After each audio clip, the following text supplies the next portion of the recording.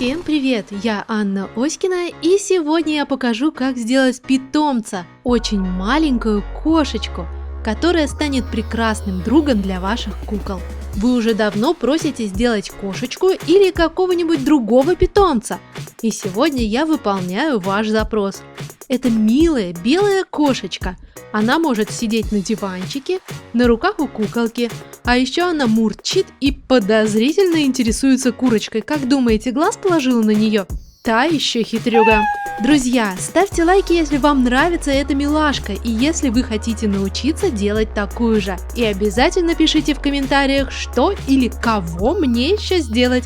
И возможно, именно ваш комментарий будет в моем следующем видео. Подписывайтесь на канал, чтобы не пропустить его. И скорее же переходим к лепке этой белой пушинки. В работе я буду использовать всего лишь один цвет полимерной глины. Это белая Fima Soft.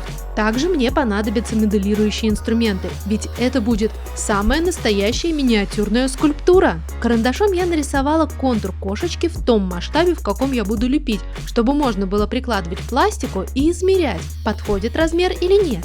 Высота моей кошечки 5 см. В качестве глаз я буду использовать обычные стеклянные бусинки. Это самый простой крупный бисер. Такой можно купить в швейных магазинах. И для лепки мне понадобится рюмочка. На ней будет очень удобно лепить мордочку. Беру кусочек белого цвета и раскатываю в шарик, а затем шарик формирую в капельку. Эту капельку кладу на обратную сторону рюмочки, на ее дно. В работе с белым цветом очень нужны влажные салфетки, потому что пыль постоянно летит. И мордочку я обязательно протираю влажными салфетками. Моделирующим инструментом с шариком на конце делаю небольшие углубления на мордочке. Это глазницы, и в эти глазницы помещаю бусинки. Посмотрите, дырочки у бусинки просвечивают, и они как раз таки создают впечатление зрачка кошечки. Но в конце мы еще нарисуем черные полосочки. Эффект уже классный. Ну а дальше нужно сформировать саму морду. Конечно же, нужно сделать ей более высокий лоб. Для этого я накладываю полоску белой пластики и размазываю по поверхности. Затем необходимо сделать выступающую мордочку. Для этого я накладываю капельку полимерной глины. Если вы видите, что вы положили мало пластики, то всегда можно добавить еще. И на этом этапе нужно аккуратненько все размазать, замазать, то есть нарастить саму массу этой морды. Также можно поворачивать и смотреть, как морда смотрится сбоку. Согласитесь, лепить на рюмке очень удобно, ее можно вертеть туда-сюда, приподнимать, если это необходимо. Накладываю еще пластику и размазываю, формирую мордочку. Размазывать можно спицами, деревянными зубочистками, либо силиконовыми шейперами. Если у вас нет специальных инструментов для работы, подойдут и обычные спицы, иголочки, непишущие ручки, моделирующие инструменты для пластилина. Все эти инструменты прекрасно подходят и для лепки полимерной глины. Накладываю пластику вокруг глаз и формирую разрез глаз.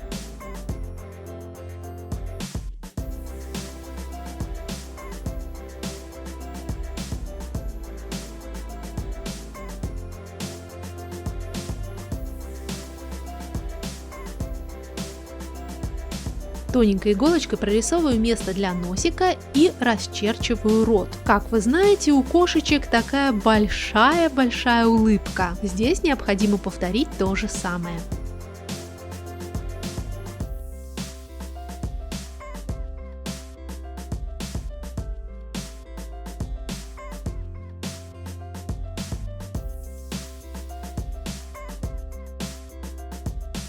После прорисовки рта накладываю носик и дальше моделирующим инструментом замазываю все неровности.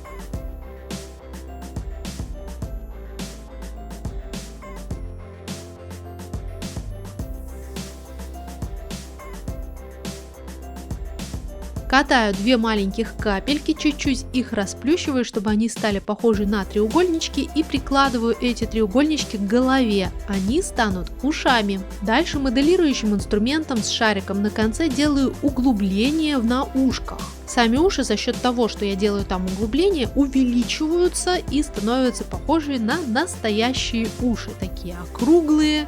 Посмотрите, как я их прорабатываю.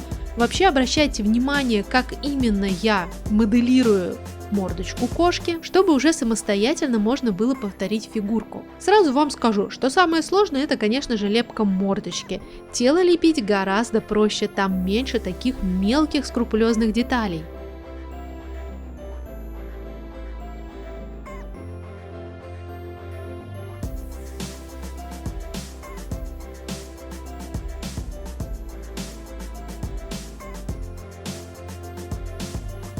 В результате у меня получается вот такая мордочка. Согласитесь, уже достаточно симпатично выглядит.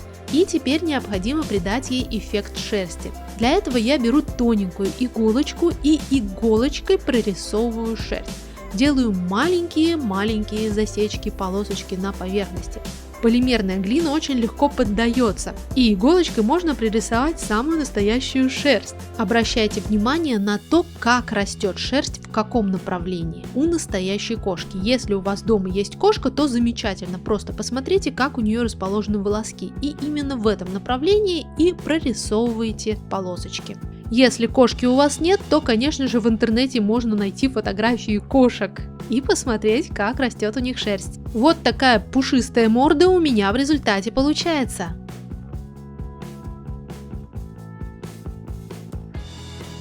И я хочу добавить тонировку. Для этого я взяла тоненькую кисточку, воду и акварель. А смешиваю акварель я на белой тарелке. Беру немного цвета, который называется серая пейна. Это смесь черного и синего. И аккуратненько оттеняю глаза, то есть делаю небольшие тени вокруг глаз. Если вы добавили много краски, то ее всегда можно размочить водой и аккуратненько убрать салфеткой.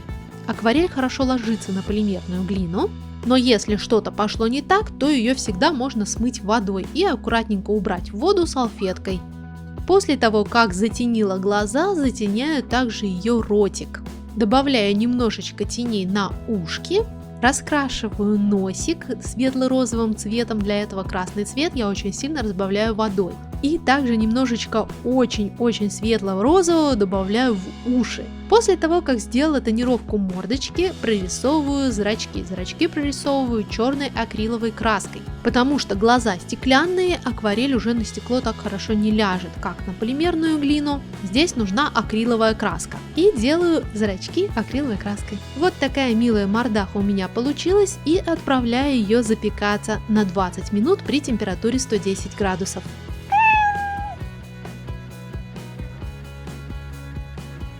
После запекания снимаю морду с рюмочки.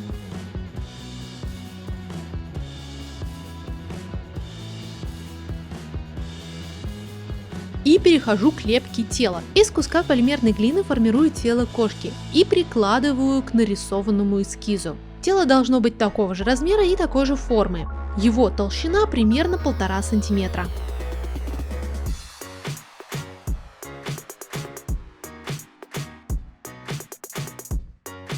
Затем беру кусочек полимерной глины и формирую из него шею, накладываю сверху на тело. Здесь ориентируюсь также на рисунок. Моделирующим инструментом соединяю тело и шею и накладываю на шею морду.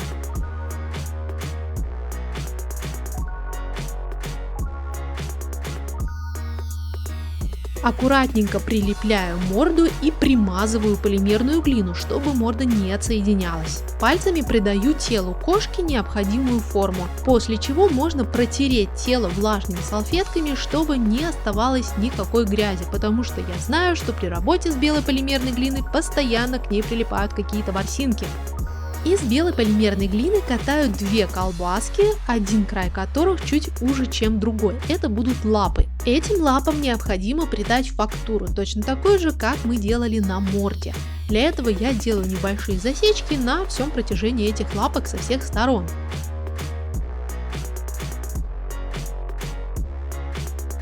Катаю 2 колбаски поменьше для задних лапок. И точно так же необходимо придать им фактуру. Эти лапки будут маленькие, поэтому можно сразу отрезать все лишнее и аккуратненько иголочкой прорисовать фактуру шерсти.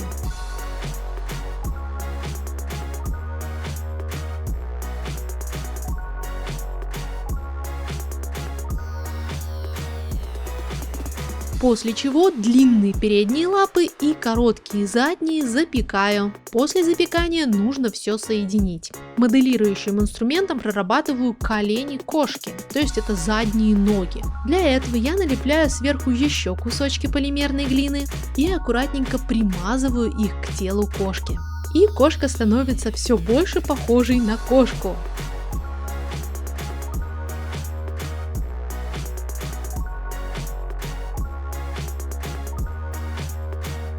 К коленочкам, которые только что выполнила, необходимо присоединить маленькие задние лапки. Прямо вдавливаю их в тело кошки и замазываю места стыка. Можно проверить, насколько хорошо она сидит.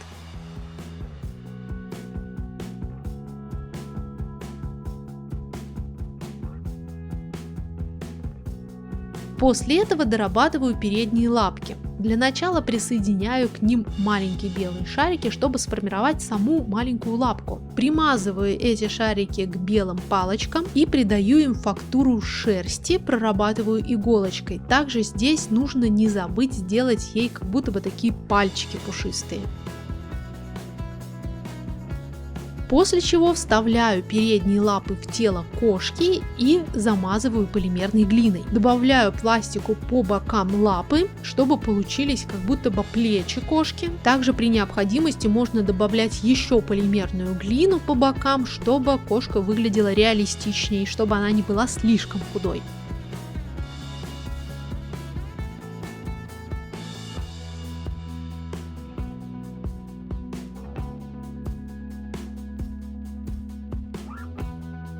Вот такая кошечка у меня на этом этапе получается, и я опять протираю влажными салфетками, потому что осталось много отпечатков пальцев и прилипли маленькие пылинки. После чего прорабатываю шерсть кошки. И вот здесь это самая, наверное, длинная часть, потому что шерсть нужно проработать на всем теле кошки. Это значит, что нужно нарисовать маленькие-маленькие полосочки шерсти везде. На шее, на лапах, на задних лапах, на спинке, на боках, на животике. То есть все тело кошечки должно быть покрыто шерстью. Я это делаю медленно, планомерно, постепенно, начиная сверху с головы кошки и веду шерсть вниз. Здесь также я даю вам тот же самый совет. Возьмите кошку, посмотрите, в каком направлении у нее растет шерсть, в каком направлении у нее расположены все эти волосинки, и в точно таком же направлении нужно делать полосочки. Очень аккуратно обращайте внимание на места, где происходит соединение, руки, ноги. Там может шерсть расти немножечко в таких разных направлениях, то есть лапка в одном направлении, на тельце в другом направлении. Здесь обязательно обращайте внимание. И уже когда я делала бока и спинку, было неудобно держать кошечку, поэтому я посадила ее на рюмочку и надела перчатку, чтобы не оставлять отпечатков пальцев и чтобы не повредить уже выполненную шерсть. Такие медицинские перчатки продаются в аптеке. Когда сделала фактуру всей шерсти на всей кошке, нужно сделать хвост. Катаю длинную колбаску, с одной стороны она потоньше, с другой потолще, но можно сделать и одной толщины хвостик. Просто я хочу, чтобы он был у меня с одной стороны как будто бы пушистее. И точно так же делаю фактуру на этом хвостике, а затем хвостик присоединяю к телу кошки. После чего кошку отправляю запекаться на 30 минут при температуре 110 градусов. И после запекания она будет готова.